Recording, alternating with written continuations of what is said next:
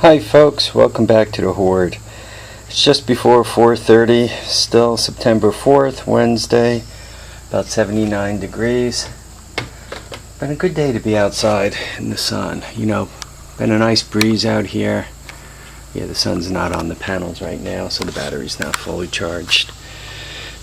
As a matter of fact, I might have to take that battery and put it in the diesel tractor downstairs. Seems that the battery in it is quite dead, and I need the tractor.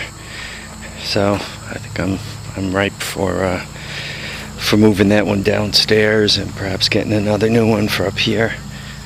All right, folks. So let's see, what am I up to today? This is the hoop building.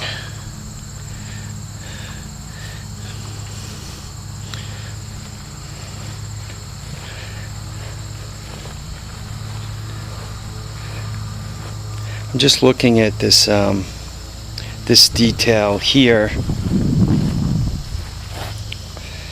and the way I did it over on this building is I took a 1 by 1 by 8 foot, which I'm gonna have to buy tomorrow. I don't have, well, I guess I have one piece left.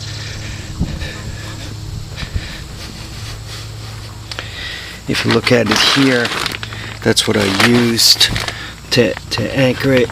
I don't want to use a full 2 inches. And besides that, well, whether a 1 by 1 would not be enough, or a 1.5, or whatever the heck they're calling this piece of wood. To me, dimensionally, it's approximately a 1 by 1. Anyway, I need to use something to retain the cattle fencing, but I don't want to burn up a full 3.5 inches that way.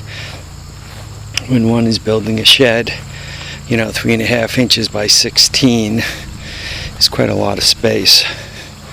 So what I'm going to do,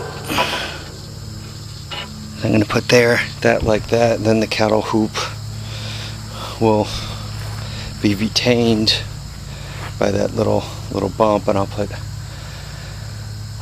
put some brackets to keep it there.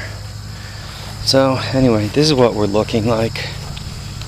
I still have quite a bit of leveling and so forth to do, but I think you can see the general concept. Right? Wires go up around.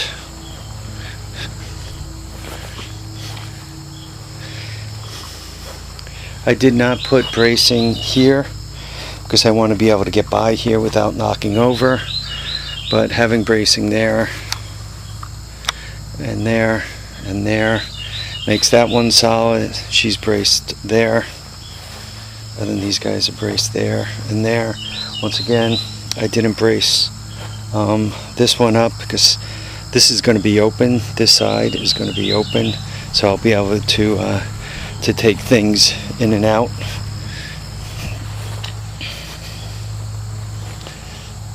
Yeah, this is all going to be open. Anyway, yeah, I'm just not sure from the camera point of view how much you guys could see.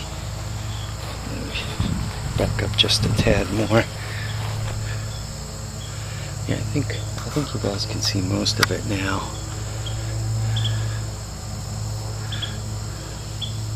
So the general concept is the cattle panels go from top to bottom, form a nice arc, and they have supports in the middle.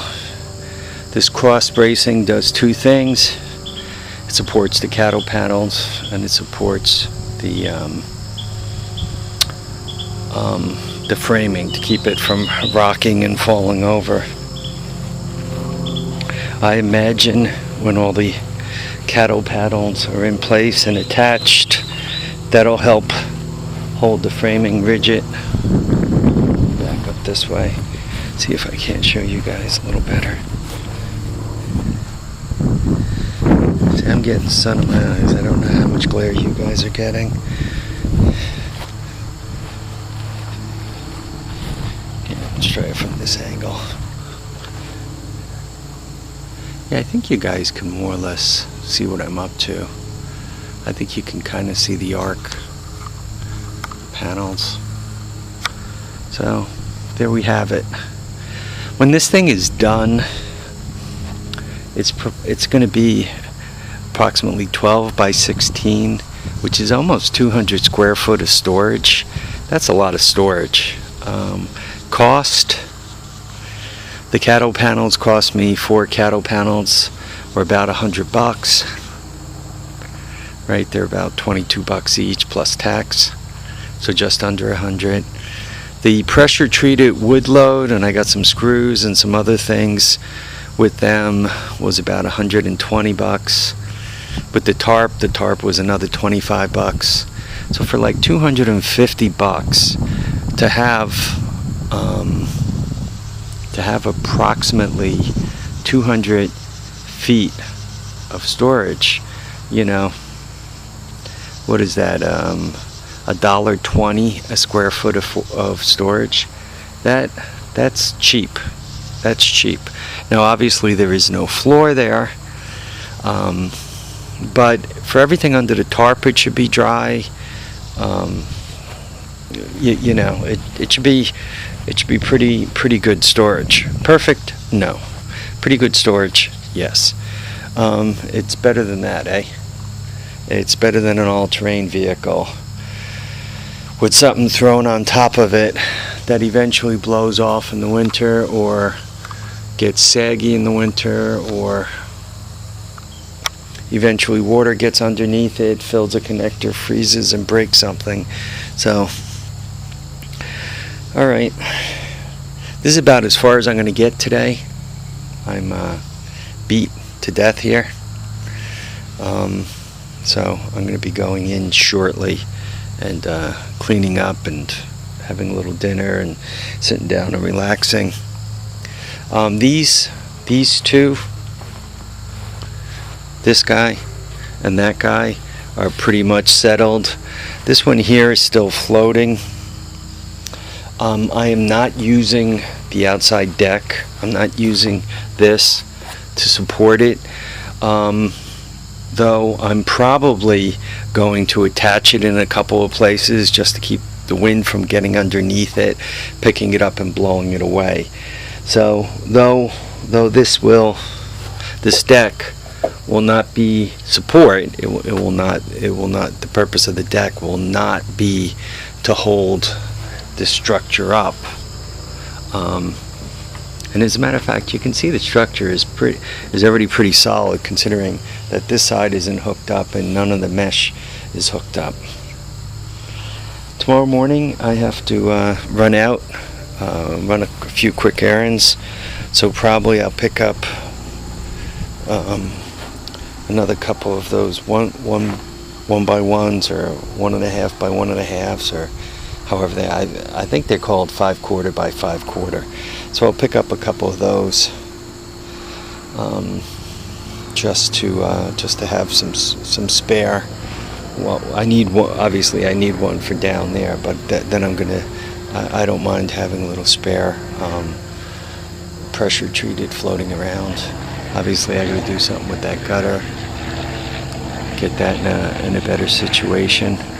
Probably what I'll do is go behind the tarp building here and head it out that direction, because I don't need it putting water under the building. Or perhaps I should just shorten it up, go along the tarp and send it out that way. Might be a better idea, just to keep it nice and dry under here. I also have to kind of clean it out under here. There's some firewood that's been under there since the people before me owned the home, so hopefully there's not termites in it. There's some coal and that big car box and some attachments that go to a Sears SS12. That Sears SS12, as a matter of fact. So I gotta move some of that crap out of there. And when I do, that gives me like another 4 foot by 16, which is quite a bit more space. So anyway, folks, we got about 10 minutes into this. I gotta let you go.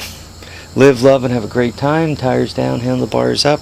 We'll catch you on the next episode of The Horde. Thanks for watching, subscribing, and commenting. And hopefully I finish this very quickly and move on to more of a gasoline-powered project. Thanks, folks.